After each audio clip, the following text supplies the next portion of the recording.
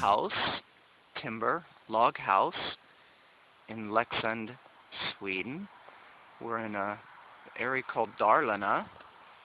And Dalarna is central Sweden, you can say. I'll try to get a map up later and give you an idea.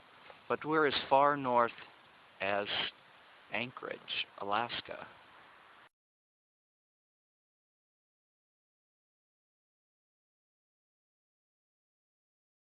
I'm going to try to show you some of the things that we're doing in our attempt to do permaculture here at our house, as well as what we're doing up at our permaculture center. Welcome to Leksand. So now it looks like a typical Saab sitting out in front of the house, and wow, a big trailer, but what do they need those for? Big trailer and a Saab. Now I know some of these are just short-term answers, but I want to show you something here. Okay, it is an ethanol car.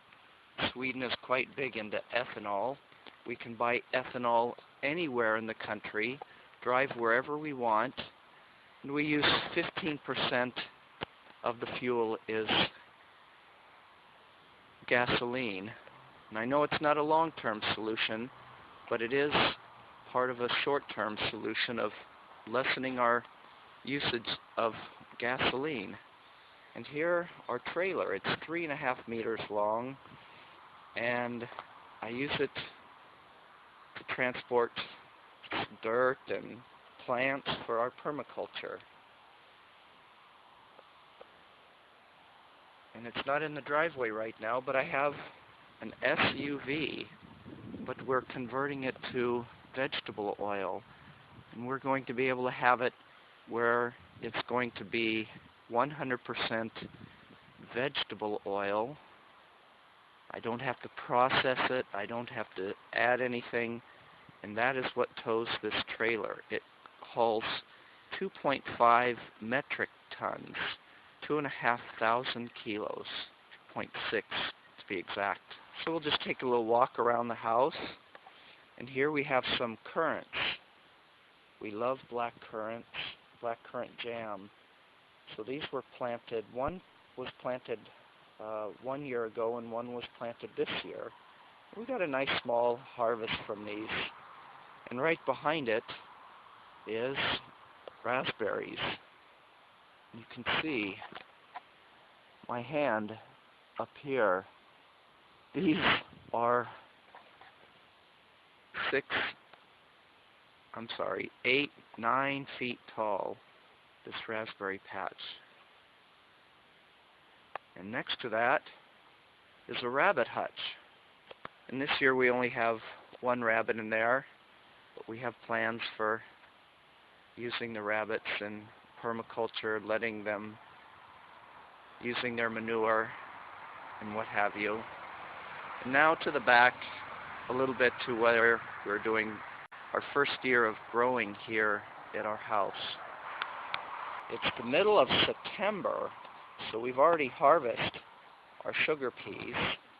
But if you look here, we're still getting more peas. And then look here, we have a miniature food forest. It's on a hill, and I built some boxes, some kind of a terrace system. And we come out here every day, and we have salad, and we have carrot still, kale. We can leave that kale grow until it snows. And then showing above everything is some radishes that I let go to seed. So maybe those seeds are good, viable seeds, and we'll be able to have radishes without going to the seed store and buying more. So this is just one box. I made it about 4 feet wide, which is 1.2 meters. wide so I can reach into the center from each side. And I walked that off real quick here. It's about 4 meters long, about 12 to 15 feet long. And you can see the food that's in this one box. The reason we use the box is because we're as far north as Anchorage, Alaska, and we get quite cold winters. But you see here, and with the box, the earth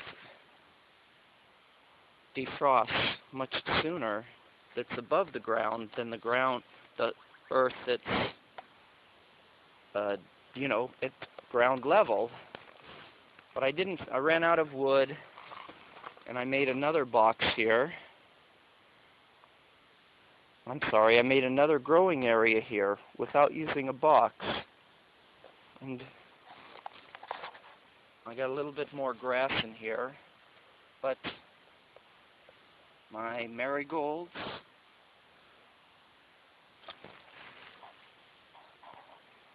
my dill, and then I have some various bee plants.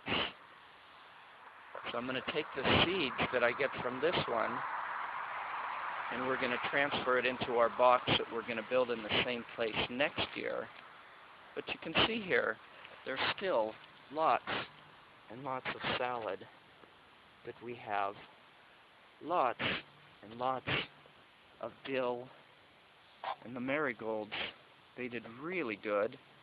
And next year they'll do better because I'll be able to start them a little bit earlier. This is the back of the house where we come out, and in, you can say, true permaculture style, recommendation of Bill Mollison and David Holmgren. We have our herb garden right out the back door, so we can send the kids out with a pair of scissors and they can get dill when we have every day. We have more salad in here. We've already come out here once and clipped everything down. This parsley is huge. We've already, like I said, we've clipped it all down once, and we have bags in the freezer of fresh frozen herbs, and it's still growing, and it's the 18th or 19th of September today. Earthway Experience has been highly influenced by Native American, in particular Lakota culture. You can read more about that on the website. But here I have 1, 2, 3, 4, 5, 6, and in another place 7 pots of sweetgrass. And I started with 3 little bits. The root system wasn't any wider than my fingers right there, the hole between my fingers. And I started with 3 of those in one pot 5 years ago. Next year, up at the Permaculture Center, we're going to build some raised beds, about 5 different raised beds, and put this sweetgrass into those raised beds. And then we'll have not just 7 pots, but 20 or 30 square meters of sweetgrass growing. This is backyard again, and it's a little bit of a slant, a little bit of a hill here in the back, and at first glance it's quite a bit of grass in there, and that is the truth. We're working on getting the grass out, but